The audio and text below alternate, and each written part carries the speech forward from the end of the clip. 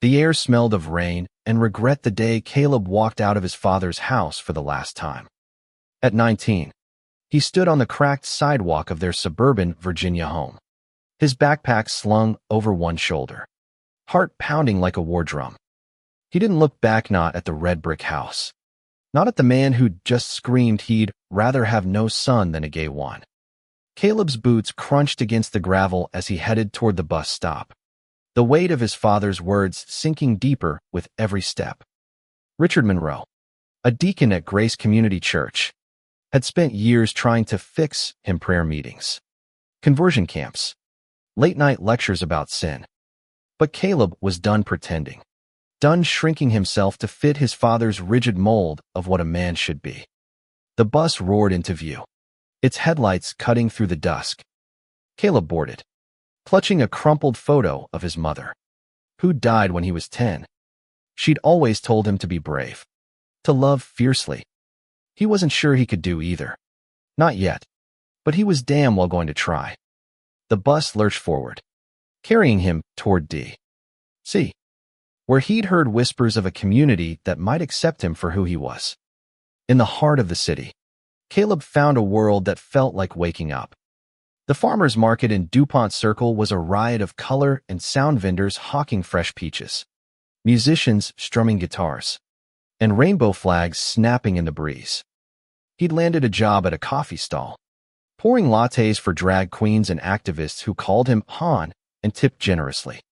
For the first time, he felt the edges of himself soften, like he could breathe without a weight on his chest. That's where he met Javier. It was a Saturday morning, the market buzzing, when a guy with sharp cheekbones and a crooked grin sauntered up to the stall. "You new here?" Javier asked, leaning on the counter, his dark eyes glinting with mischief. He wore a faded denim jacket, sleeves rolled up to show tattoos of stars curling around his forearms. Caleb fumbled the milk steamer, blushing as Javier's laugh filled the air. "First week," Caleb managed, handing over a latte. Their fingers brushed, and something electric sparked in the space between them. Javier lingered, asking about the coffee beans, the weather, anything to keep the conversation going. By the time he left, Caleb had his number scrawled on a napkin, along with a winking promise to show him the city. They met the next evening at a dive bar in Adams Morgan, where neon lights buzzed and the jukebox played old soul tunes.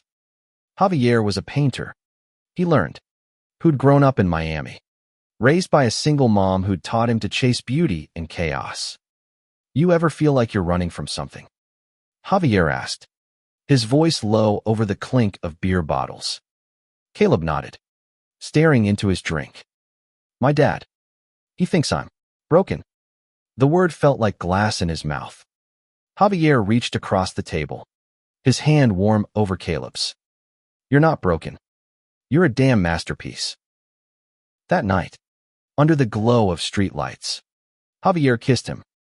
It was fierce, unguarded, and Caleb felt like he was falling and flying all at once. For the first time, he didn't feel like he had to hide. But back in Virginia, Richard Monroe was wrestling with his own demons. He sat in his study, Bible open, staring at the verses he'd underlined in red. He'd built his life on certainty, faith, family, tradition. Yet every night, he saw Caleb's face, the hurt in his son's eyes when he'd thrown him out. Richard had believed he was saving Caleb, guiding him toward righteousness. Now, doubt gnawed at him like a splinter. He drove to D.C. one Sunday, telling himself he just wanted to see if Caleb was okay. From a distance, he spotted his son at the market, laughing with a group of friends, his arm around a young man with tattoos. Richard's chest tightened. This wasn't the life he'd wanted for Caleb, but the joy on his son's face was undeniable. He turned away, the first crack forming in the wall he'd built around his heart. Weeks turned into months, and Caleb and Javier's lives intertwined. They'd spend evenings in Javier's tiny studio apartment, paint splattered on the walls, talking about dreams and fears. Caleb told Javier about his mother's love for poetry, how she'd read him Langston Hughes under the stars. Javier shared stories of Miami's vibrant streets, of learning to love himself in a world that didn't always love him back. One night, as rain tapped the windows, Javier pulled Caleb close. "I'm falling for you," he whispered. Caleb's heart stuttered. He wanted to say it back, but the fear of his father's voice off being unlovable still lingered. "I'm trying," Caleb said instead, his voice barely above a whisper. Javier just nodded, kissing his forehead, patient as always. But the past has a way of catching up. One morning, as Caleb worked the coffee stall, a familiar figure approached. Richard stood there, hands in his pockets, looking smaller than Caleb remembered. "Can we talk?" his father asked, voice rough with something Caleb couldn't name. They sat on a bench, the market humming around them. Richard's eyes were tired, his words halting. "I thought I was doing right by you. I thought I could make you better." He paused, throat working. "I was wrong." Caleb's breath caught. He wanted to believe it, but years of pain held him back. "Why now?" he asked. Richard looked at the rainbow flags fluttering nearby. "Because I see you. And you're not broken." It wasn't a full apology. Not yet. But it was a start. Caleb didn't know if he could forgive. But for the first time, he felt a flicker of hope. Caleb's hands shook as he poured coffee the next morning, his father's words echoing in his mind. "You're not broken." He wanted to believe it. But the scars of his past were deep, carved by years of sermons and shame. Javier noticed the tension in his shoulders, slipping behind the stall to squeeze his hand. "You okay, Amor?" he asked, his voice a soft anchor. Caleb forced a smile. "Just processing." He didn't tell Javier about Richard's visit, not yet. The weight of it felt too raw, like a wound that might bleed if he touched it. Life in D.C. moved fast, a whirlwind of color and connection. Caleb and Javier fell into a rhythm, their days filled with stolen kisses at the market, late-night talks about art and freedom, and quiet moments where words weren't needed. Javier's confidence was infectious, pulling Caleb out of his shell. They'd dance in the kitchen to old salsa records, Javier spinning Caleb until they were both breathless with laughter. But Richard's presence lingered like a shadow. Caleb caught glimpses of him sometimes at the edge of the market, watching from his car, or lingering near the coffee stall. Each time, Caleb's heart twisted, torn between anger and a longing he couldn't name. He hadn't told Javier about his father's return, afraid it would shatter the fragile happiness they'd built. One evening, Javier took Caleb to a queer art gallery opening in Shaw. The walls were alive with bold colors, paintings of lovers embracing, portraits of resilience. Caleb felt a lump in his throat as Javier's hand found his, their fingers lacing together. "This is us," Javier whispered, nodding at a canvas of two men holding each other under a stormy sky. "We're stronger than the rain." Caleb wanted to believe it, but doubt crept in. What if his father was right? What if this happiness was temporary? A dream he'd wake from to find himself alone again. He pulled his hand away, muttering an excuse about needing air. Outside, the city hummed with life, but Caleb felt unmoored. He walked aimlessly, ending up at a small park where cherry blossoms clung to the trees. He sat on a bench, head in his hands, trying to untangle the knot of emotions in his chest. That's when Richard found him. "Caleb," his father said, voice hesitant. He stood a few feet away, hands clasped like he was afraid to come closer. "I didn't mean to scare you off yesterday." Caleb's jaw tightened. "Then why do you keep showing up? What do you want?" Richard sat on the opposite end of the bench, staring at the ground. "I want to understand. I went to a meeting. Flag. Parents of people like you." He stumbled over the words, his face flushed. "I'm trying. Son." The word son hit Caleb like a punch. He wanted to scream, to demand why it had taken so long. But the vulnerability in Richard's eyes stopped him. Instead, he asked, "Why now? After everything?" Richard's hands trembled. "Because I'm scared. Scared I've lost you for good." Caleb didn't know how to respond. Part of him wanted to run, to protect the life he was building. But another part, the boy who'd once idolized his father, wanted to believe change was possible. They sat in silence, the gap between them heavy with years of pain. Back at Javier's apartment, Caleb finally opened up. He told Javier everything: his father's rejection, the conversion camps, the unexpected olive branch. Javier listened, his face a mix of anger and compassion. When Caleb finished, Javier pulled him into a hug. "You don't have to carry this alone," he said. "We'll figure it out together." Over the next few weeks, Caleb and Richard began to talk short.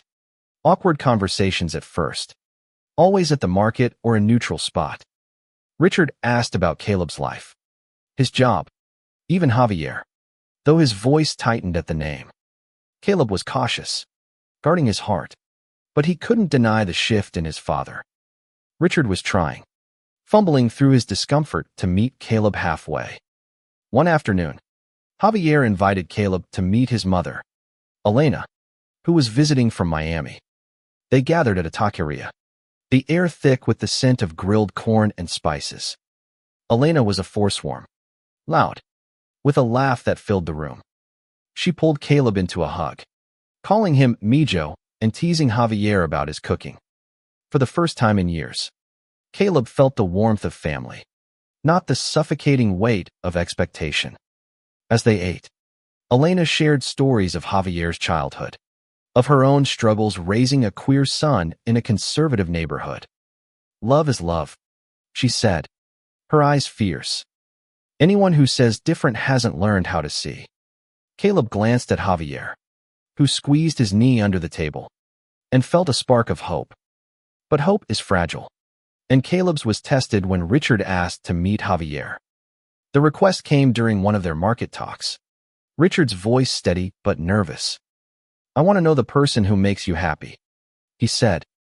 Caleb hesitated, fear clawing at him. What if this was a trap? A way to pull him back into the past? Javier, ever fearless, agreed. "Let's do it," he said, his grin defiant. "I'm not afraid of your old man." The meeting was set for a quiet diner. Neutral ground.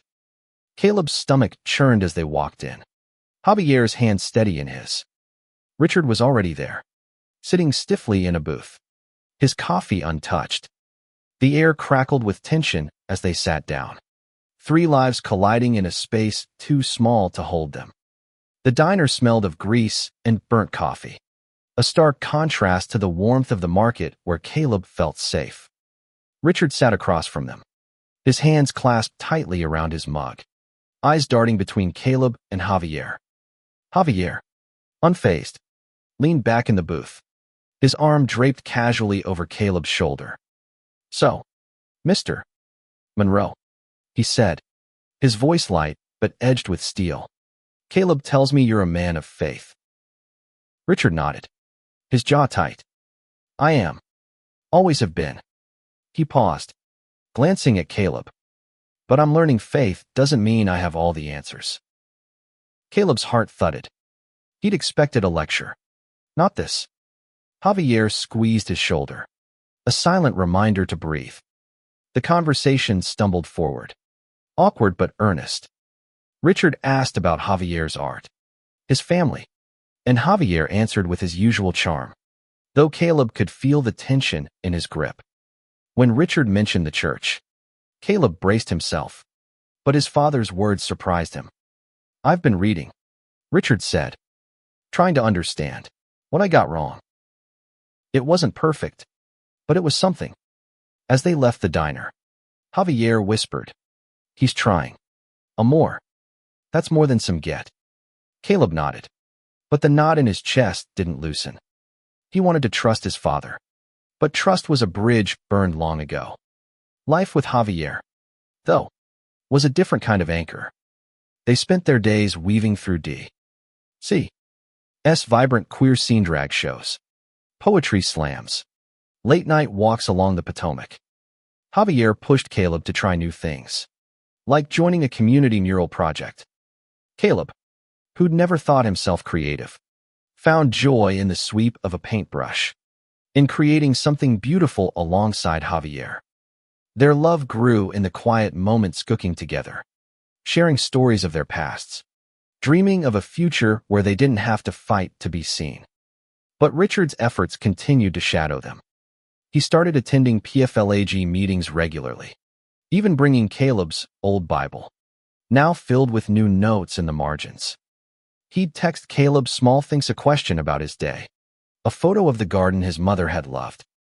Each message chipped away at Caleb's defenses.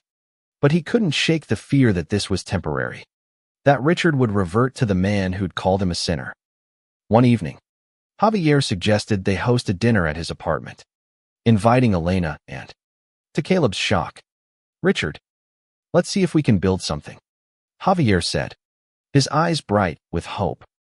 Caleb agreed, though his stomach twisted at the thought of his father in their space. The dinner was a delicate dance. Elena, with her warmth, kept the conversation flowing, sharing stories of Miami and her activism for queer youth. Richard listened, his face a mix of curiosity and discomfort. When Elena asked about his church, he admitted, "I used to think it was my job to judge. Now I'm not so sure." Caleb watched his father, searching for the man who'd once locked him in a room to pray away his truth. He wasn't there. Not entirely. But Caleb still couldn't let go of the past. As they cleared the dishes, Richard pulled him aside. "I'm proud of you," he said, voice thick.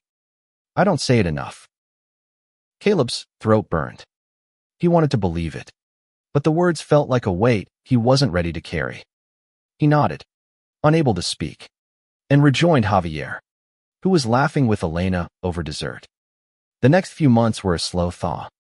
Richard kept showing up not just at the market, but at Caleb's life. He came to the mural unveiling, standing awkwardly among the crowd as Caleb and Javier's artwork was celebrated.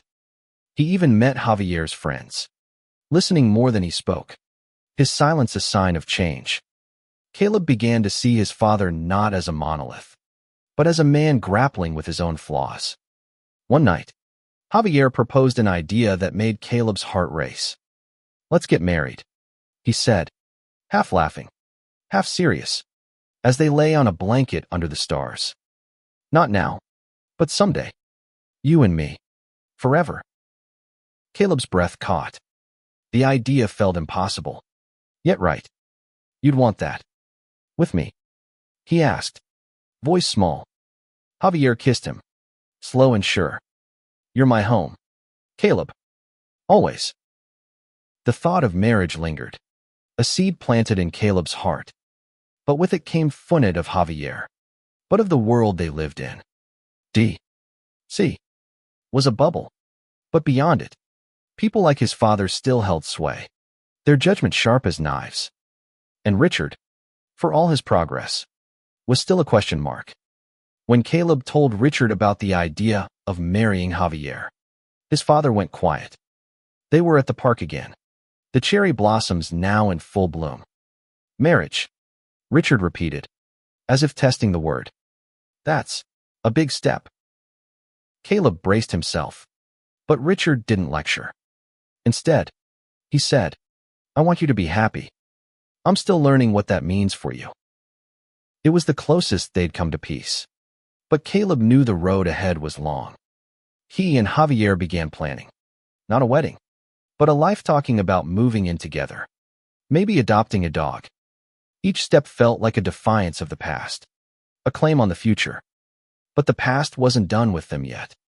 A letter arrived from Grace Community Church, addressed to Richard.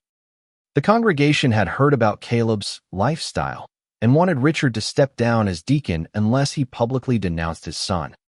The choice was stark, his faith or his family. Richard held the letter in his hands, the paper trembling as he read it again. The church he'd served for decades, where he'd raised Caleb, where he'd buried his wife, was asking him to choose. Denounce Caleb or lose his place among them. He sat in his study, the Bible open to a verse he'd once wielded like a weapon. Love your neighbor as yourself.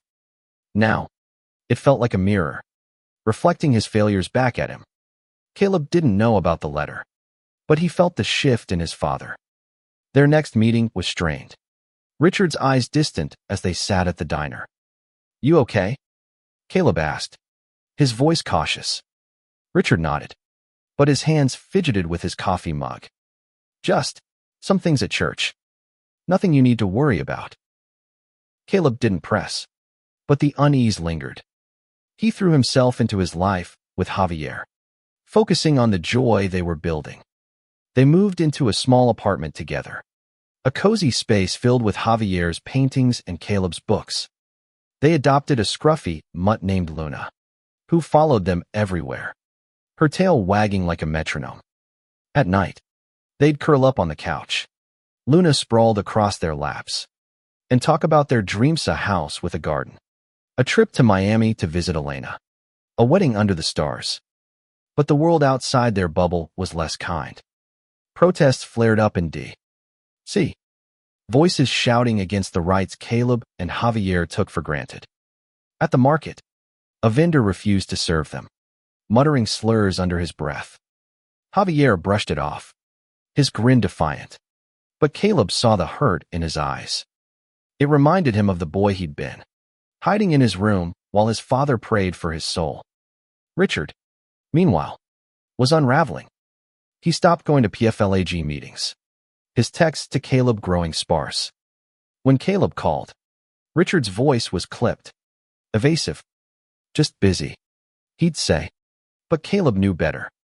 Something was pulling his father back, and he feared it was the church. One Sunday, Caleb and Javier went to a pride event in DuPont Circle.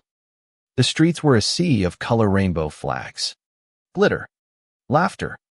Javier painted Caleb's face with a rainbow, his fingers gentle, and they danced to a pop anthem under the summer sun. For a moment, Caleb felt free, untethered from his past. But then he saw Richard in the crowd, standing at the edge, his face unreadable.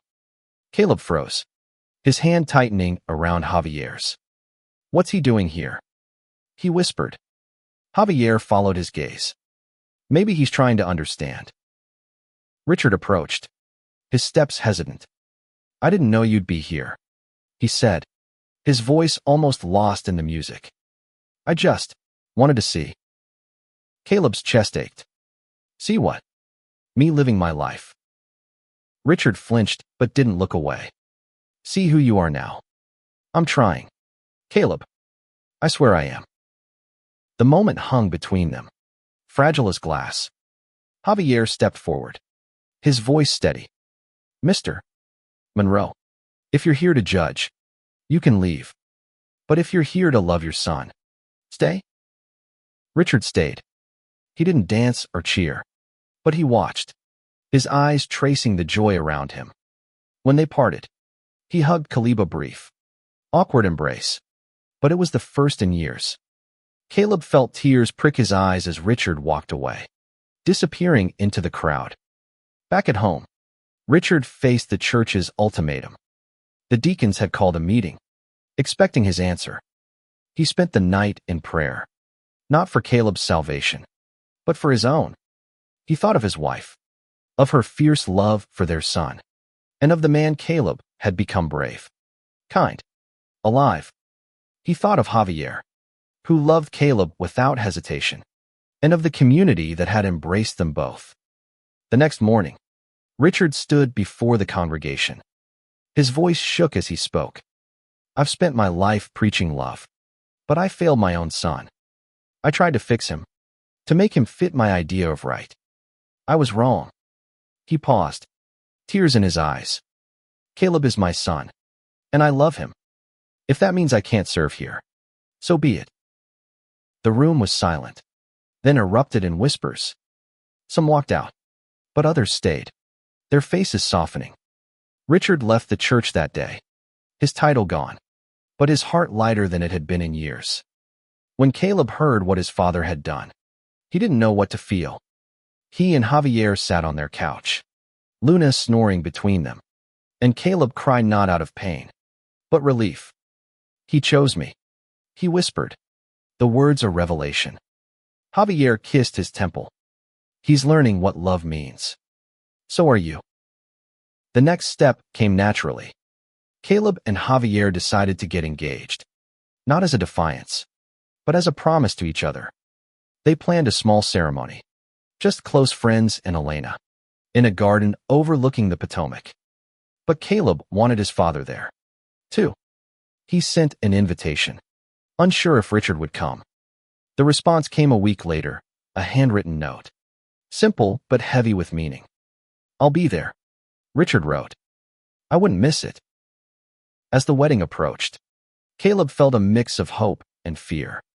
He wanted to believe in his father's change, but the past still whispered doubts. Javier, ever steady, reminded him to focus on their love, on the life they were building. "We're enough," he said, and Caleb held on to those words like a lifeline. The garden was a riot of color, wildflowers swaying in the late summer breeze as Caleb and Javier prepared for their wedding. The Potomac sparkled in the distance, its surface catching the golden light of dusk. Friends bustled around, setting up chairs and stringing fairy lights, while Elena directed everyone with the precision of a general, her laughter echoing. Caleb stood in a small tent, adjusting his tie, his hands trembling not from nerves, but from the weight of what this day meant. Javier found him there, slipping inside with a grin. He wore a tailored suit, his hair swept back, stars in his eyes. "You look like you're about to run," he teased, stepping close to straighten Caleb's tie. "Still want to do this?" Caleb laughed, the sound shaky but real. More than anything, he leaned in, kissing Javier softly, their foreheads resting together. "You're my home." Javier's smile softened. "And you're mine." Outside, the guests began to arrive, friends from the market, artists from the gallery, the barista who always slipped Caleb extra pastries. Elena held court, her vibrant energy pulling everyone together.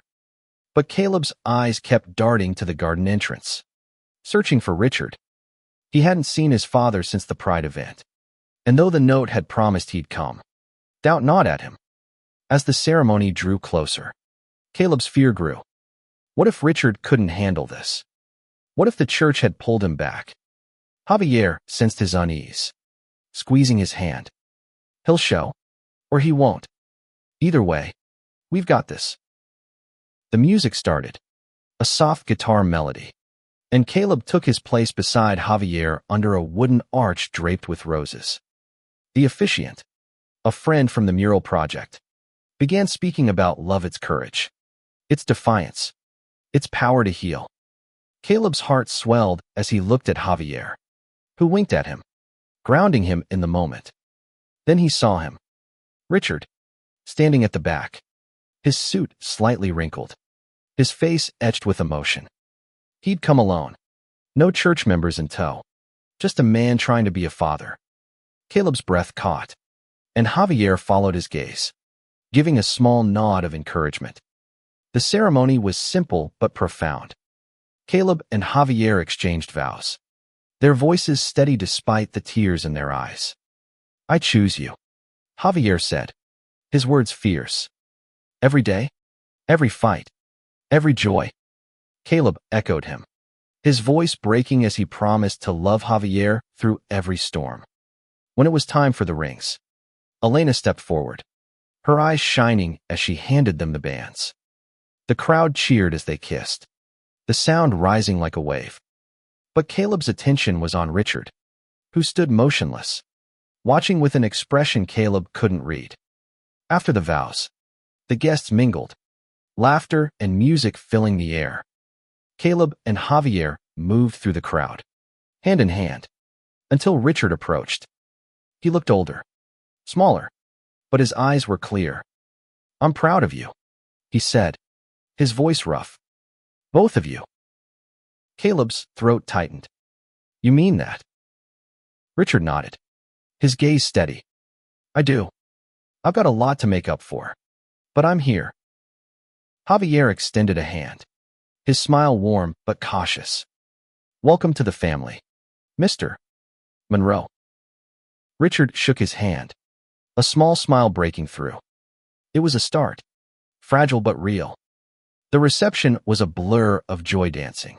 Toasts. Elena leading a conga line. Caleb and Javier stole moments alone, whispering promises under the fairy lights. But the night's true weight came when Richard asked to speak. He stood before the guests, his hands trembling as he held a piece of paper. I'm not good with words, he began, his voice carrying over the quiet crowd. I spent years thinking I knew what love was, what faith was. I thought I could fix my son, make him someone he wasn't. He paused, tears streaming down his face. I was wrong. Caleb, you're stronger than I ever was. You and Javier, you've shown me what love really looks like. The garden was silent, every eye on Richard. I lost my way, he continued, his voice breaking. But today, I'm here to say I love you. I'm sorry, and I'm so damn proud to be your father. Caleb's vision blurred with tears.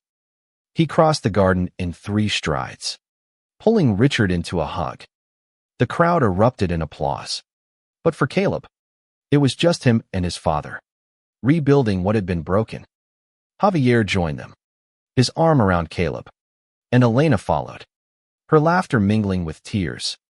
The 4 of them stood together, a family forged not by blood alone, but by choice and redemption.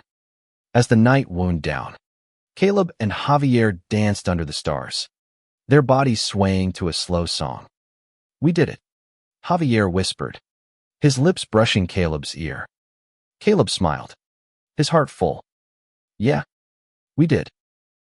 The weeks after the wedding were a quiet revolution. Caleb and Javier settled into married life, their apartment a haven of laughter and love. Luna, their dog, became the unofficial 3rd member of their marriage, her enthusiastic barks greeting them each evening. They hung photos from the wedding on the walls, Javier's grin, Elena's joy, and Richard's tear-streaked face as he spoke. Each image was a reminder of how far they'd come. Richard became a regular part of their lives, though the road wasn't always smooth. He'd visit for dinner, bringing vegetables from his garden, a nod to Caleb's mother. Their conversations were tentative at first, navigating years of hurt, but they grew easier with time. Richard asked about Javier's art, even buying one of his paintings, a bold abstract in blues and goldstone hang in his living room. It was a small gesture, but to Caleb, it felt like a promise kept. The church, however, remained a sore spot. Richard hadn't returned since his speech, and the absence weighed on him. Caleb saw it in the way his father's shoulders slumped, the way he'd pause when passing Grace Community's steeple. Do you miss it? Caleb asked one evening, as they sat on Richard's porch, fireflies flickering in the dusk. Richard sighed, his gaze distant. I miss the community, the purpose, but not the judgment. I'm still figuring out what faith means now. Caleb nodded, understanding more than he expected. He'd found his own faith not in a church, but in Javier, in their friends, in the life they were building. He reached for his father's hand, a rare gesture. You'll find it, he said. You're already on the way. Javier, meanwhile, was thriving. His art was gaining attention, with a gallery in D.C. offering him a solo show. Caleb helped him prepare, hauling canvases and teasing him about his perfectionism. The night of the opening, the gallery was packed, the air buzzing with excitement.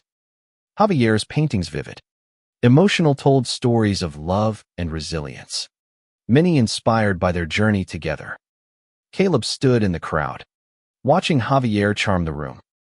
Elena was there, beaming with pride, and Richard surprised them by showing up, his suit slightly out of place among the artsy crowd. He studied each painting, lingering on one of Caleb and Javier dancing under a starry sky. "This is you," he said to Caleb, his voice soft. "Happy?" Caleb's chest tightened. "Yeah, it is." The show was a success, and Javier's career took off. But success brought new challenges. Offers came from galleries in New York and San Francisco, tempting Javier with opportunities that could pull them from D.C. Caleb felt a pang of fear leaving Mint, uprooting their life, their community, the fragile bond with Richard. They talked late into the night, weighing their options. "Wherever we go," Javier said, "we go together. That's what matters." Caleb agreed, but the decision lingered, heavy with possibility. They decided to stay in D.C. for now, building on what they had. Javier took on local commissions, and Caleb started volunteering at a youth center for queer teens, sharing the acceptance he'd found. He thought of his younger self, scared and alone, and vowed to be the light he'd needed. Richard, too, was finding his way.